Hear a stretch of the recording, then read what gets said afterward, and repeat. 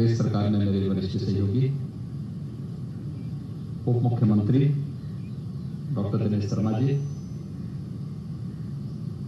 चिकित्सा शिक्षा एवं वित्त विभाग के मंत्री श्री सुरेश कुमार खन्ना जी, चिकित्सा एवं स्वास्थ्य विभाग के मंत्री श्री जयप्रताप सिंह जी,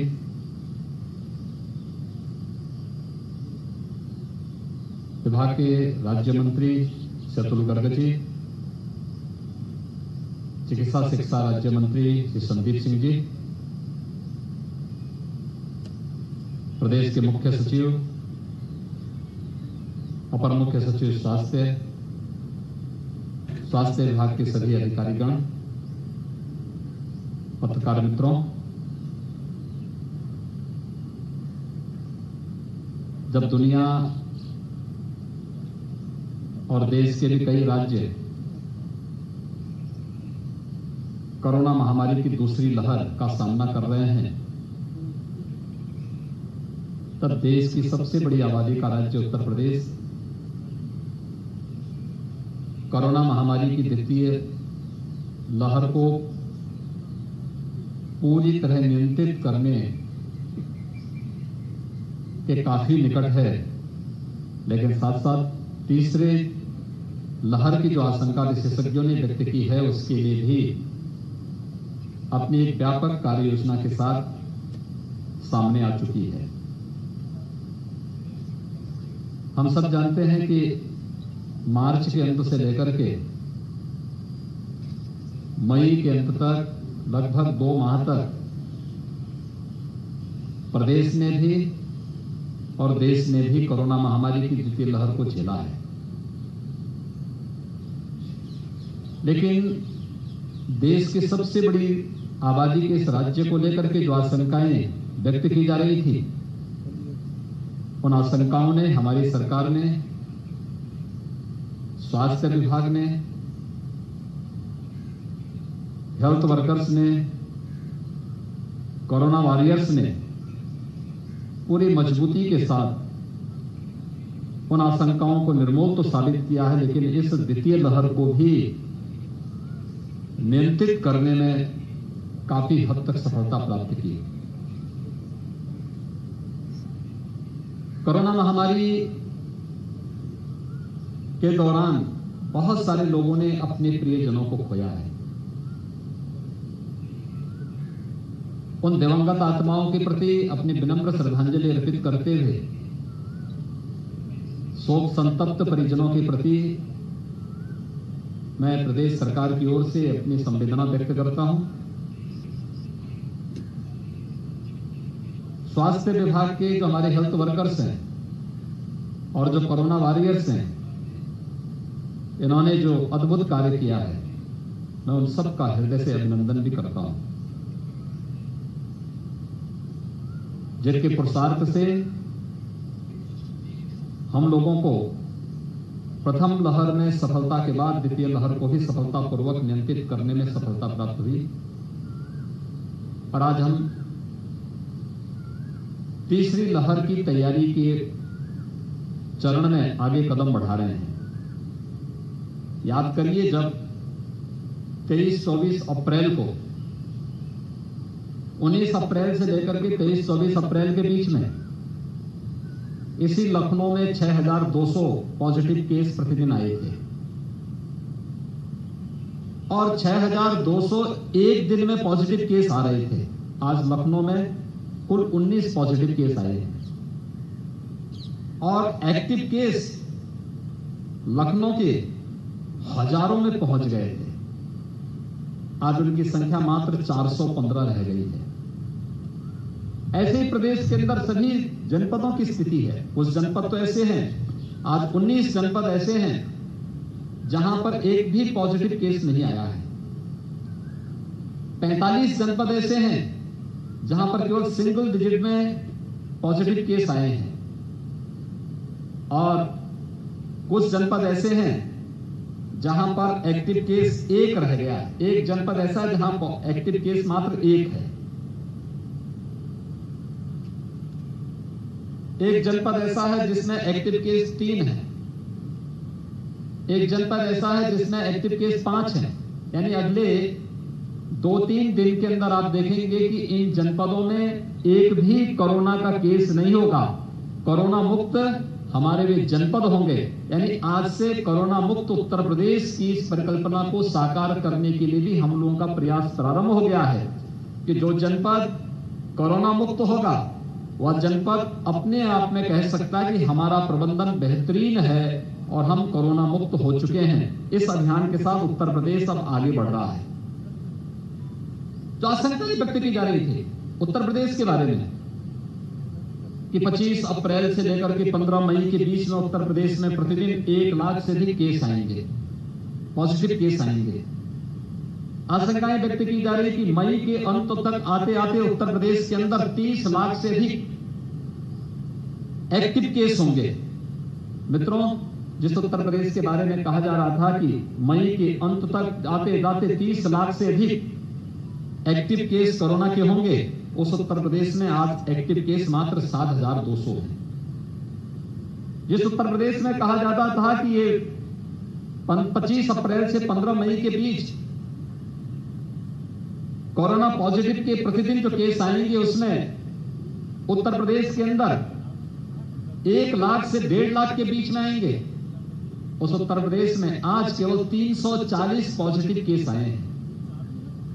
बेहतरीन प्रबंधन कोरोना से बचाव के लिए हम सब के लिए सबसे बड़ा हथियार साबित हो सकता है और उत्तर प्रदेश के अंदर एक टीम वर्क ने साबित करके दिखाया है कि कोरोना महामारी हो या कोई भी महामारी, अगर दृढ़ इच्छा शक्ति के साथ सामूहिकता का परिचय देकर के हर विभाग अपनी अपनी जिम्मेदारियों का निर्वहन करने लग जाएगा तो परिणाम आने में कोई देर नहीं लगेगी। इंसेफ्लाइटिस का सफलतापूर्वक समाधान करने का कार्य रहा हो या कोरोना महामारी पर नियंत्रण करने का, उत्तर प्रदेश का ये मॉडल देश के सामने है, दुनिया के सामने है। तीसरी लहर को भी नियंत्रित करने के लिए हमने 4 चरणों में कार्यवाही प्रारंभ की है, क्योंकि हम जानते हैं तीसरी लहर की आशंका ऐसे समय में व्यक्त की जा रही है जब बरसात के कारण तमाम प्रकार की ऐसी बीमारियां आती हैं जो बीमारियां पैदा करती हैं। जैसे बरसात के कारण, मच्छरों के कारण जो बीमारियां पैदा होती हैं, मलेरिया है, डेंगू है, कालाजार है, चिकनगुनिया है, इंसेफ्लाइटिस है या जल जनित बीमारियां,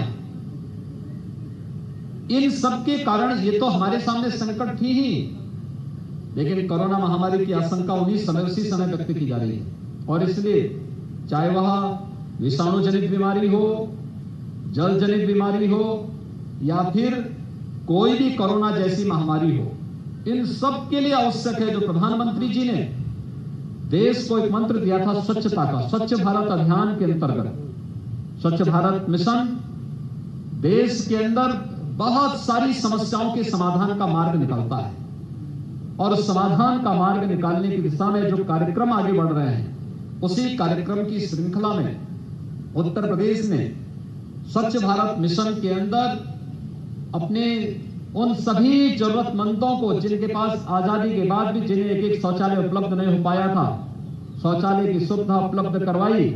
आज उन सभी परिवारों के पास न केवल नारी गरिमा की सुरक्षा करने का एक माध्यम मिला, बल्कि उन परिवारों को तमाम प्रकार की बीमारियों से भी मुक्ति मिली।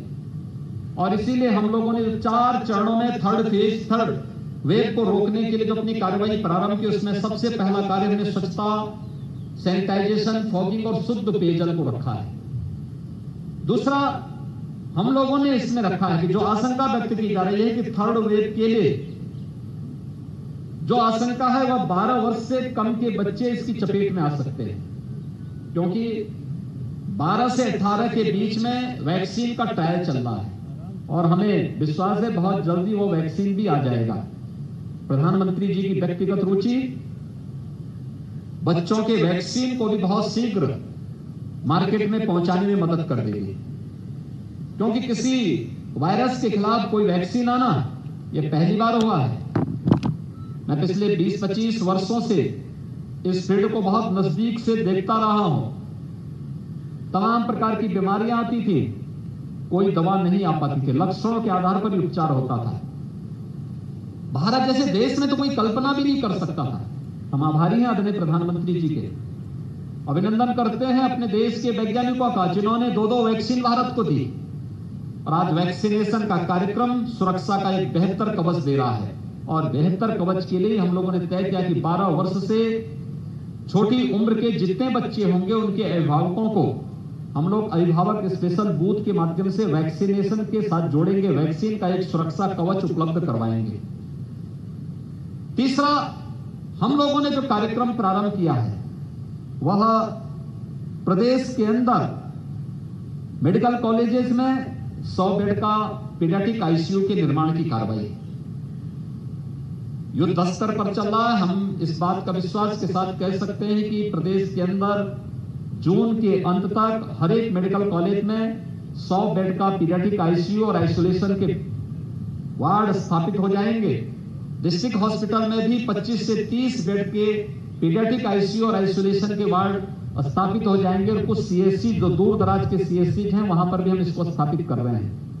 लेकिन साथ साथ मैन पावर की प्रशिक्षण की कार्रवाई भी हमारी साथ साथ चल रही। पीडियाट्रिशियन हैं, गायनेकोलॉजिस्ट हैं, हेल्थ वर्कर्स हैं, जितने भी पैरामेडिक्स हैं, नर्सिंग स्टाफ है, हाउस कीपिंग स्टाफ है, इन सब के भी प्रशिक्षण की कार्रवाई हमारी साथ साथ चल रही है। वर्तमान में इनका प्रशिक्षण भी वर्तमान में चल रहा है। और उसी की चौथी श्रृंखला है मेडिसिन किट। आप सब जानते हैं कि जब आशंका व्यक्त की जा रही है कि उत्तर प्रदेश तो एक भयावह संकट में फंस गया है, अब निकलना कठिन होगा। मैं स्वयं भी कोरोना की चपेट में आ गया था और मैं स्वयं महसूस कर रहा था कि वास्तव में हर व्यक्ति भयभीत हो रहा है। मुझे स्वयं जैसी नेगेटिव रिपोर्ट आई मैं स्वयं बाहर निकला। हमने निगरानी समितियों का आह्वान किया कि आप गांव-गांव जाइए, डोर टू डोर सर्वे करिए, हर लक्षण युक्त व्यक्ति को मेडिसिन किट घर में ही उपलब्ध करवा दीजिए। अगर कोरोना पॉजिटिव है तो उसको आइसोलेशन में रखिए। घर में व्यवस्था नहीं है, क्वारंटीन सेंटर में, पंचायत घर में, विद्यालय में उनकी व्यवस्था करवाइए।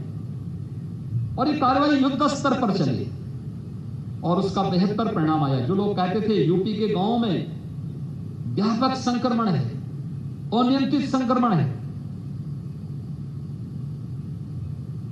गांव में हम लोग जा रहे थे, हमारी निगरानी टीम जा रही थी और उसको पूरी तरह नियंत्रित भी की। आज हमारे गांव फिर से सुरक्षित है। गांव के लोगों ने बड़े धैर्य के साथ इसका मुकाबला किया और कोरोना को पूरी तरह मात दिया। आज स्थिति हमारे गांव पूरी तरह सुरक्षित में है, शहर सुरक्षित हैं। और इसीलिए हम लोगों ने तय किया कि बच्चों के लिए भी वैक्सीन आने के पहले मेडिसिन किट की व्यवस्था गांव-गांव में, मोहल्ले में वितरित होनी है। 72,000 निगरानी समितियां प्रदेश के अंदर वर्तमान में कार्य कर रहे हैं। इन सभी निगरानी समितियों से जुड़ी हुई जितने भी हमारे आशा वर्कर हैं, आंगनबाड़ी कार्यकर्त्री हैं, एएनएम हैं, ग्राम प्रधानगण हैं और भी राजस्व विभाग के कर्मी उनके साथ जुड़े हुए हैं, उन सब का मैं हृदय से अभिनंदन करूंगा कि उन्होंने बेहतरीन कार्य किया। वे हमारे अग्रिम पंक्ति के कोरोना योद्धा हैं और उन कोरोना योद्धाओं का मैं अभिनंदन करता हूं जिन्होंने स्वयं की परवाह नहीं की, लेकिन एक एक व्यक्ति को, एक एक गांव को कोरोना से मुक्त करके बचाव का एक बेहतरीन उदाहरण प्रस्तुत किया है। WHO को और नीति आयोग को उत्तर प्रदेश सरकार के इस कार्य की सराहना करनी पड़ेगी। और उस कार्यक्रम को ही आगे बढ़ाने के लिए हम लोगों ने तय किया है कि 0 से लेकर 18 वर्ष तक के इन बच्चों के लिए भी हम अब मेडिसिन किट हर जनपद में उपलब्ध कराएंगे और हमारी निगरानी समितियां गांव-गांव में जाकर के इस मेडिसिन किट को वितरित करने का कार्य करेंगी। आज इसी कार्यक्रम का शुभारंभ हो रहा है जिसमें छोटे बच्चे हैं उनके लिए 0 से 1 वर्ष के बच्चों के लिए ड्रॉप, 1 से 5 वर्ष के बच्चों के लिए जो उनके लिए दवा उन्मन्य हो सकती है, लिक्विड फॉर्म में होगा, कुछ टैबलेट देंगे, ये व्यवस्था उनके लिए की जा रही है। 5 वर्ष से 12 वर्ष के बच्चों के लिए किस प्रकार की दवा उन्हें पूरा प्रिस्क्रिप्शन लिख करके यहां से भेजा जा रहा है, और फिर 12 से 18 वर्ष 4 चरणों में इस पूरी प्रक्रिया को विभाजित करते हुए 4 प्रकार के पैकेट हर एक निगरानी समिति तक पहुंचाने का कार्य किया जा रहा है। हमारा प्रयास है कि 72,000 से अधिक निगरानी समितियों को हम पहले चरण में 100 पैकेट उपलब्ध करवा करके वे अपनी ग्राम पंचायत में जाएंगे, डोर टू डोर सर्वे करेंगे। लक्षण युक्त व्यक्ति को, अगर किसी को फीवर है, या फीवर वायरल का भी हो सकता है, इंसेफ्लाइटिस का भी हो सकता है, या फीवर मलेरिया का भी हो सकता है, किसी अन्य बीमारी का भी हो सकता है, ये दवा उसमें नुकसान नहीं करेगी बल्कि फायदा देगी। कोरोना है तो कोरोना की जांच करने का एक अवसर मिलेगा, स्क्रीनिंग होगी, और उसी दौरान 72 घंटे के अंदर हमारी वहां की टीम जाकर के निगरानी समिति रैपिड रिस्पांस टीम को वहां भेज करके उनका 24 घंटे के अंदर टेस्ट करा करके उनके सफलतापूर्वक उपचार की व्यवस्था सीएससी में, डिस्ट्रिक्ट हॉस्पिटल में या मेडिकल कॉलेजेस में करवाने की व्यवस्था भी कराएगी। इसके लिए हम लोगों ने पूरी तैयारी अपनी कर ली है। आज इस कार्यक्रम का शुभारंभ यहां पर हो रहा है। मैं स्वास्थ्य विभाग को, मेडिकल कॉर्पोरेशन को इस बात के लिए हृदय से धन्यवाद दूंगा। एक समयबद्ध तरीके से उनके द्वारा जो कार्यक्रम आगे बढ़ाया जा रहा है, थर्ड वेव को आने से पहले ही हम नियंत्रित करने में सफल होंगे। आज के इस अवसर पर एक बार फिर से मैं इस पूरे कार्यक्रम को आगे बढ़ाते हुए प्रदेश के अंदर अपने सभी नागरिकों से अपील करूंगा। ये महामारी है और ये महामारी हमें बचाव के लिए प्रेरित करती है। अपना बचाव जितना हम कर सकेंगे, किसी भी स्तर पर लापरवाही के लिए कोई गुंजाइश नहीं। स्वयं का, अपने आसपास के क्षेत्र का, अपने परिवार का, जहां तक संभव हो सकता है हर व्यक्ति इसका पालन करे। 2 गज की दूरी, मास्क है जरूरी, इसका पालन करें। लेकिन इस सब के बावजूद जो लोग निरंतर अपनी व्यस्त दिनचर्या में, कामकाजी वर्ग है, बहुत बड़ा तबका है जिनको भीड़ में उतरना पड़ता है, लोगों के संपर्क में आना पड़ता है, अगर वे चपेट में आ जाते हैं तो टेस्ट कराने से न भागिए, टेस्ट अवश्य कराएं, क्योंकि ये कोरोना का टेस्ट फ्री में है, कहीं कोई समस्या नहीं। टेस्ट अवश्य कराएं, और टेस्ट कराने के बाद अगर कहीं भी पॉजिटिव आता है तो बीमारी को छुपाने से अच्छा है तत्काल उपचार कराने के लिए जो विशेषज्ञ कहते हैं, चिकित्सकों की देखरेख में अपना उपचार भी करवा लें। दूसरा, वैक्सीन जरूर लें, वैक्सीन फ्री में है। हम आभारी हैं आदरणीय प्रधानमंत्री जी के कि 45 साल से ऊपर की आयु के लोगों को भारत सरकार पहले से वैक्सीन उपलब्ध करा रही थी। 1 मई से 18 से 44 वर्ष की आयु वर्ग को भी वैक्सीन देना था। उत्तर प्रदेश सरकार इन सभी को वैक्सीन उपलब्ध करा रही थी, लेकिन 21 जून से भारत सरकार 18 से लेकर के ऊपर उम्र के सभी आयु वर्ग के लोगों को मुफ्त में वैक्सीन उपलब्ध करा रही है। इसके लिए हम आभारी हैं आदरणीय प्रधानमंत्री जी के, भारत सरकार के, कि फ्री में वैक्सीन प्रत्येक नागरिक के जीवन को बचाने में बहुत सहायक होगी, उनको रक्षा कवच, एक सुरक्षा कवच प्रदान करेगी। हम सब वैक्सीन लेने में कोताही न बरतें। हमारी जब बारी आएगी हम लोग वैक्सीन अवश्य लेंगे।